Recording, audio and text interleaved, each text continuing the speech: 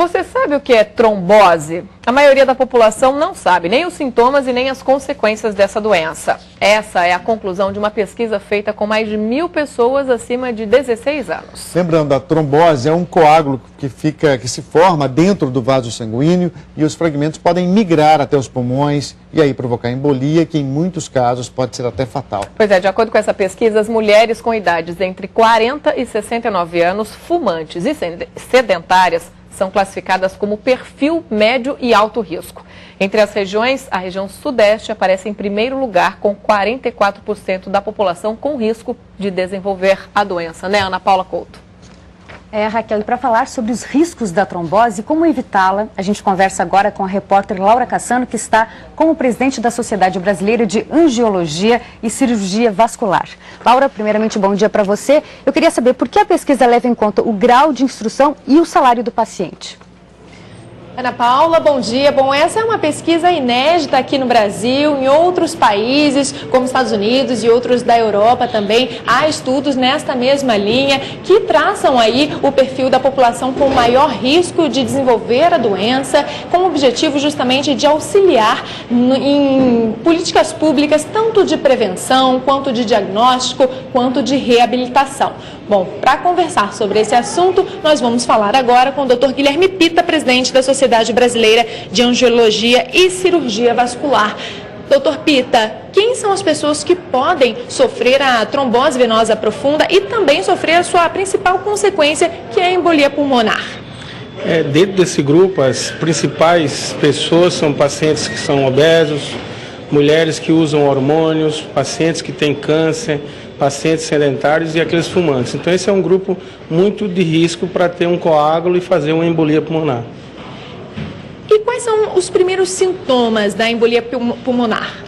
Geralmente essa embolia pulmonar tem uma formação de um coágulo que geralmente é nos membros inferiores. Então o principal sintoma é o inchaço da perna, um edema grande e a perna ficar com o aparecimento dessas varizes de uma forma abrupta. E depois disso, esse trombo pode se deslocar e chegar até o pulmão, que quando o indivíduo tem embolia pulmonar, eles podem ter falta de ar, desconforto respiratório em metade desses casos. Então, esses são os principais sintomas. Nós perdemos o nosso sinal. Tivemos o nosso sinal interrompido, agora voltou, a gente continua com o Dr. Pita, pode continuar, Laura Cassano. Tá certo, então continuando a nossa conversa, uma vez identificados os primeiros sintomas, o que a pessoa deve fazer imediatamente? Se esse sintoma identificado é do membro inferior, quer dizer, principalmente a maioria desses coágulos são formados nas veias profundas dos membros inferiores, ele precisa tratar imediatamente, procurar um serviço de atendimento de urgência e o seu médico, cirurgião vascular e angiologista que trata dos problemas da circulação para tratar essa trombose. Se ele tem um quadro de desconforto respiratório, um mal-estar torácico, e isso aí ele precisa imediatamente ir também a um atendimento de urgência para que o clínico intensivista trate adequado esse quadro de embolia pulmonar. Doutor Pita, eu tenho uma curiosidade, é o seguinte, a trombose, eu sei que a trombose está ligada à chamada síndrome da classe econômica, né, dificuldade de movimentação durante viagens muito longas. Eu queria saber quais são as suas recomendações para os viajantes, para quem tem o hábito de viajar muito em viagens muito longas.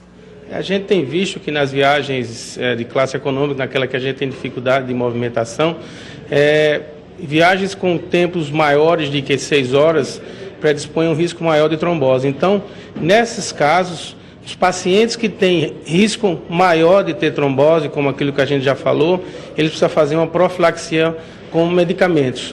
Naqueles pacientes que não têm um risco baixo, eles precisam a cada 2 horas se movimentar dentro do avião e sempre que for possível usar uma meia elástica. Então, nessas viagens de mais longas, é importantíssimo que use sua meia elástica. Doutor Guilherme, a gente tem uma pergunta de assinantes, são várias as perguntas, as curiosidades que estão chegando aqui à nossa redação. Vamos ver a primeira.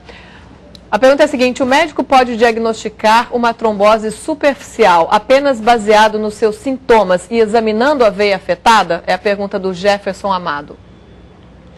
Nós fazemos uma diferença muito importante.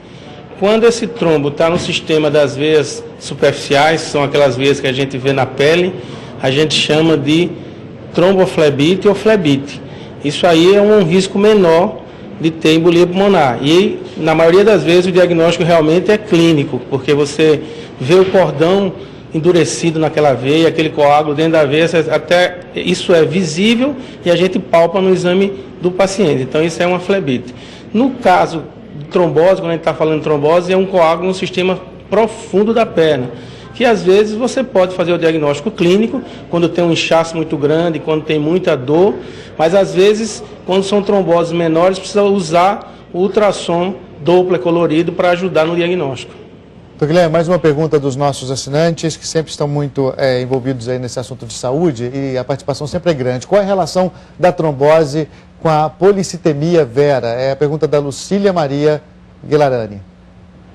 A policitemia vera é uma trombofilia, quer dizer, significa que tem alteração no sistema de coagulação. Então, os pacientes que são policoncentrados, quer dizer, que tem um grau de hematócrito muito alto, muito sangue nessas veias, esse paciente tem um grau maior de risco de trombose venosa, realmente. Então, esse paciente é um paciente de risco alto e que precisa tomar medidas de profilaxia do risco de trombose. Doutor, a gente tem mais uma pergunta de assinante, vamos ver qual é. A trombose é perigosa só para jovens de 16 anos ou para pessoas idosas também? A pergunta do Luiz André Correia. Não, a trombose tem risco tanto para pessoas mais jovens como para pessoas de idades. Claro que para indivíduos acima de 50 anos, o risco é maior, porque se junta ao quadro clínico do indivíduo, pacientes que têm problemas cardíacos, pacientes hipertensos, pacientes diabéticos, às vezes pacientes obesos. Então, nesses pacientes que têm uma idade mais avançada, o risco é maior, mas o risco de trombose e ter problema de embolia pode ser no jovem ou nos mais velhos. Doutor, qual é a relação da embolia, por exemplo, com uma viagem de avião, onde o ambiente ali é pressurizado? Às vezes a pessoa é orientada a fazer algum tipo de exercício, movimentação, e as pessoas que têm mais, tá dentro desse grupo de risco de trombose, têm mais riscos de, por exemplo, desenvolver uma embolia durante essas viagens mais longas? Tem, sim. É aquilo que eu tinha falado. Pacientes que têm risco alto precisa fazer profilaxia de embolia pulmonar e de trombose quando for viajar, quer dizer, viagens com tempos mais prolongados de que 6 horas. Então, nesses pacientes, precisa usar uma droga para poder prevenir, usar meia elástica durante a viagem e a cada 2, 3 horas caminhar dentro do avião. Então, isso são medidas extremamente importantes, porque existe uma incidência de trombose venosa em pacientes que têm risco alto de um paciente para cada 1000 dessa população geral. Então, é muito importante que a gente faça essa profilaxia quando de viagens longas. Doutor, em geral, existe uma maneira de evitar a trombose? Por exemplo, com alimentação ou com exercícios? Qual seria a vida saudável para que a gente evite essa doença?